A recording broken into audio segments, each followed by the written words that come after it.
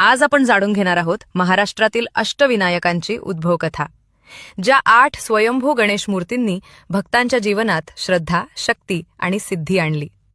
पुराणांनुसार भगवान श्री गणेश हे प्रत्येक युगात वेगवेगळ्या कारणांसाठी प्रकट झाले आणि त्या प्रत्येक अवताराची स्मृती म्हणून आज अष्टविनायकांची स्थाने ओळखली जातात।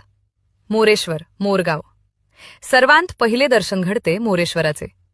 सिंधू नावाच्या असुराचा वध करण्यासाठी भगवान गणेश मोरावर आरूढ होऊन येथे प्रकट झाले, म्हणून या ठिकाणी गणेशाला मोरगावचा मोरेश्वर म्हणून ओळखले जाते।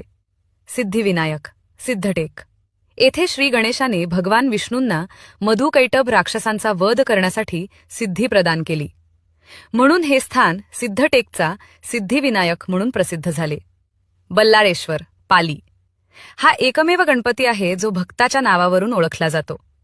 बालभक्त बल्लाळ याच्या अढळ भक्तीने प्रसन्न होऊन गणेशाने येथे कायमस्वरूपी वास्तव्य करण्याचे वचन दिले। वरदविनायक, महड।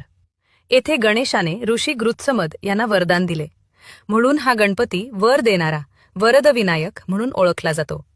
येथे दिवसरात्र अखंड दीप प्रज्वलित असतो। चिंतामणी, थेऊर। राजा अभिजिताच्या चिंता दूर करण्यासाठी श्री गणेश येथे प्रकट झाले, म्हणून हे स्थान चिंतामणी, चिंता हरवणारा गणपती म्हणून प्रसिद्ध आहे। गिरिजात्मज, लेणाद्री। पार्वती मातेने कठोर तप करून गणेशाला पुत्र रूपात प्राप्त केले, म्हणून यांना गिरिजात्मज असे म्हणतात। हे एकमेव अष्टविनायक मंदिर आहे जे डोंगरातील लेणीत आहे। विघ्नेश्वर, ओझर। विघ्नासूर नावाच्या असुराचा नाश करून गणेशाने स्वतःला विघ्नांचा नाश करणारा म्हणून स्थापित केले, म्हणून येथे ते विघ्नेश्वर म्हणून पूजिले जातात। महागणपती, रांजणगाव। शेवटचे पण अत्यंत शक्तिशाली स्थान म्हणजे रांजणगावचा महागणपती। येथे श्री गणेशाने तारकासुराचा वध करण्यासाठी अष्टसिद्धी प्राप्त केल्या।